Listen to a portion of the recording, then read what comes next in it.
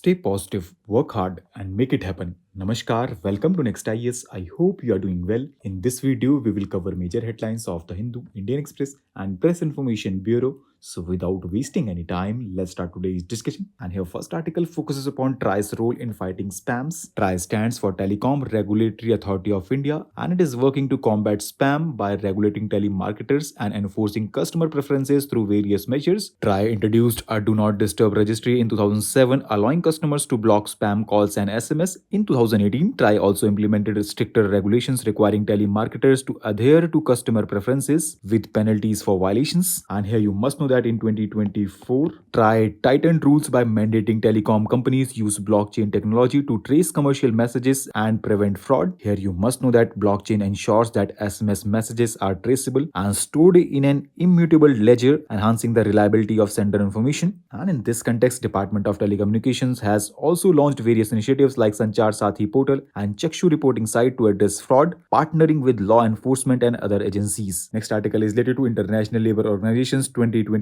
report on international migrant workers, which highlights their significant role in global economic growth. They made up 4.7% of the global labor force in 2022, and they were predominantly employed in services sector, with women making up more than 80% in this field. High income countries, especially in services and care sectors, hosted 68.4% of international migrants. European and North American regions saw slight changes in international migrant worker shares, while Arab states saw a decline. Despite challenges, high income countries will continue to attract the majority of international migrant workers due to aging populations and demand in the care economy. Next article focuses upon impact of H-1B visa on tech industry in the US, because recently the debate over the US H-1B visa program intensified following Donald Trump's appointment of Shri Ram Krishnan as AI advisor. Some experts defend the program, while others criticize it for potentially replacing American jobs with low-wage foreign workers. Now let's know more about H-1B visa program. So friends, it began in 1990s and it allowed skilled foreign workers, particularly in STEM field, to contribute to the US economy. And studies show that H-1B visa workers have a positive impact on wages and productivity, with foreign STEM workers boosting native wages. However, criticism have arisen particularly about the dominance of Indian tech firms in utilizing the program, which some argue focuses on business profits rather than innovation. And there are calls for reform to prioritize individual skills over corporate interest. Now, the 9 Indo-Pacific countries, including India, are participating in the multilateral La Perouse naval exercise, which is being hosted by France from January 16 to 24 in the strategic Malacca and Lombok Straits. The exercise aims to enhance maritime safety, interoperability, and collective response to maritime crisis. Here, the participating nations are Australia, Canada, France, India, Indonesia, Malaysia, Singapore, UK, and the US. This exercise is particularly focused on safeguarding vital global maritime trade routes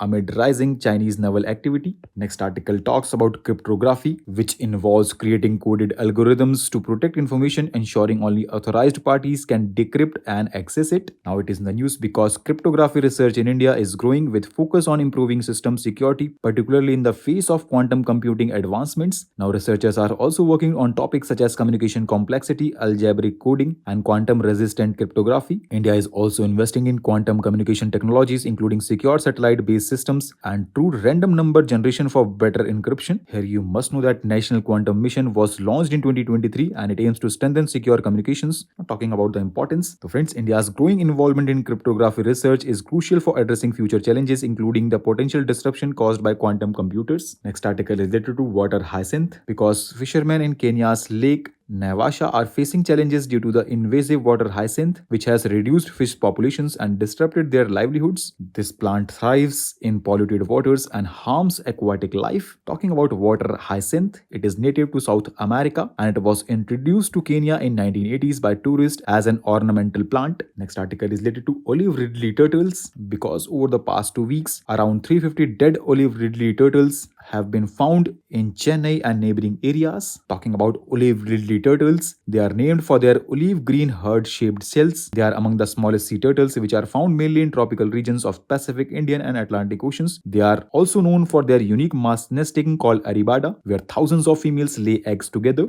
And here you must know that Odisha is the world's largest mass nesting site for olive ridleys. Talking about the protection status, they are listed under the Schedule 1 of the Wildlife Protection Act 1972, and IUCN Red List of Threatened Species classifies classifies them as vulnerable species, and they are also listed in Appendix 1 of CITES. Next and last headline focuses upon abatement to suicide because recently Supreme Court of India emphasized the need for sensitizing investigation agencies and courts on the proper applications of Section 306 of the Indian Penal Code, which deals with the abatement of suicide. The court highlighted that while genuine cases of abatement should not be overlooked, but the charges under Section 306 should not be filed merely to satisfy the emotions of a grieving family. The ruling came in a case where a bank manager was accused of causing a suicide due to alleged harassment related to loan repayments. The court discharged the charges, stressing the need for practical, realistic approaches in such cases and criticized the mechanical framing of charges. Here, you must know that abatement of suicide is defined under Section 107 of the Indian Penal Code, and abatement involves instigation, conspiracy, and aiding in suicide. Here, punishment can be up to 10 years imprisonment and a fine. So, with this, let's conclude today's discussion. Thanks for listening, and for regular updates, you can follow us on various social media platforms.